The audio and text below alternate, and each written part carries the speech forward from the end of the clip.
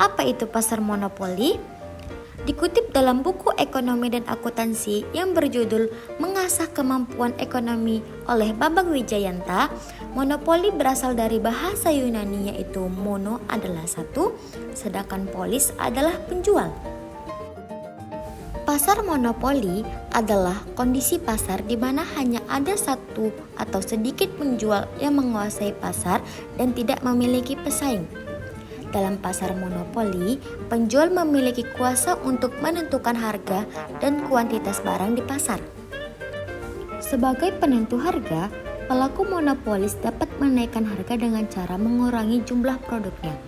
Meski demikian, penjual juga memiliki keterbatasan dalam penetapan harga ketika berhadapan dengan banyaknya pembeli. Ketika penetapan harga terlalu mahal, maka seseorang akan menunda pembelian tersebut. Selain itu, pembeli juga dapat mengganti produk tersebut dengan barang substitusi. Contoh dari pasar monopoli yaitu seperti perusahaan listrik negara, perusahaan kereta api Indonesia, dan perusahaan air minum. Buat ciri-ciri pasar monopoli. Yang pertama, hanya ada satu penjual. Hanya ada satu penjual atau pemasok tunggal yang menguasai pasar, sehingga harga akan terbentuk langsung. Maksudnya, penjual sebagai penentu harga atau price maker maupun pengontrol harga pasar. Yang kedua, barang atau jasa tidak mempunyai pengganti. Barang atau jasa yang diproduksi oleh perusahaan monopoli tidak dapat digantikan oleh barang lain yang ada dalam pasar. Barang juga tak bisa digantikan oleh barang yang mirip atau close substitute. Yang ketiga, tidak memerlukan promosi iklan. Tak seperti perusahaan lainnya, perusahaan monopoli tidak terlalu memerlukan promosi barang atau jasa yang dijualnya. Karena saat dibutuhkan, pembeli tidak mempunyai pilihan lain selain menggunakan produk perusahaan yang bersangkutan. Bagi perusahaan monopoli, iklan hanya dibutuhkan untuk memelihara hubungan baik dengan masyarakat, bukan untuk menarik pembeli atau meningkatkan penjualan. Yang keempat, kendali penuh atas harga atau price maker. Produsen dalam pasar monopoli memiliki kekuasaan penuh untuk menentukan harga produk. Hal ini terjadi karena tidak ada pesaing yang dapat menekan harga. Produsen yang dapat menaikkan harga untuk memaksimalkan keuntungan, meskipun permintaan mungkin akan menurun. Yang kelima, adanya hambatan untuk masuk ke dalam pasar atau barriers to enter. Hambatan yang didapat kepada pendatang untuk masuk ke pasar cukup tinggi untuk mencegah pesaing baru masuk ke dalam pasar. Hambatan dapat muncul secara alami maupun buatan. Hal itu disebabkan oleh beberapa hal, yaitu yang pertama, produsen memiliki hak paten untuk mengeluarkan produk yang dihasilkan. Hal tersebut sama saja dengan hak cipta atau merek dagang. Yang kedua, sumber daya penting dan unik yang dimiliki oleh produsen, serta pengetahuan yang lebih daripada perusahaan lain spesifik tentang teknis produksi yang bersifat rahasia. Yang ketiga, terdapat skala ekonomi yang sangat besar dan memungkinkan pasar hanya dapat dilayani oleh satu perusahaan saja yang membuatnya lebih efisien. Yang keempat, produsen memungkinkan untuk menetapkan kebijakan batasan harga. Kebijakan tersebut diatur agar perusahaan pendatang baru tidak ikut memasuki pasar. Pasar monopoli memiliki kelebihan seperti terjaganya kesinambungan stabilitas perusahaan.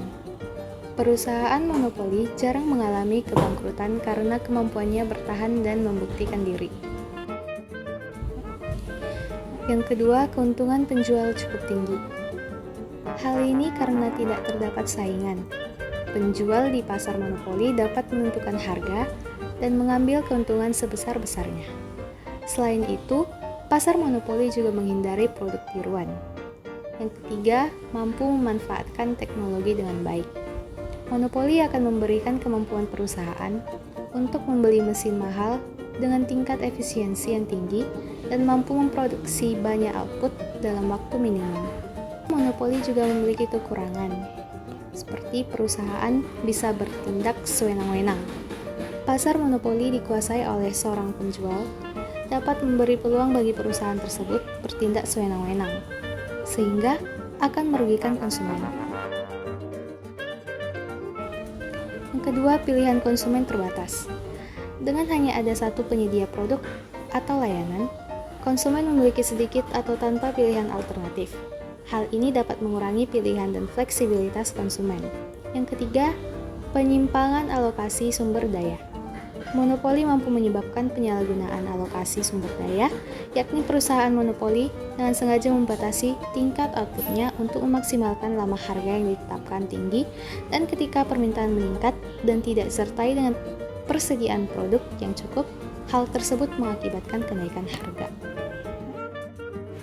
Keseimbangan pasar pada monopoli terjadi ketika perusahaan monopoli menentukan harga dan jumlah barang yang optimal untuk memaksimalkan keuntungan dengan mempertimbangkan permintaan pasar dengan biaya produksi.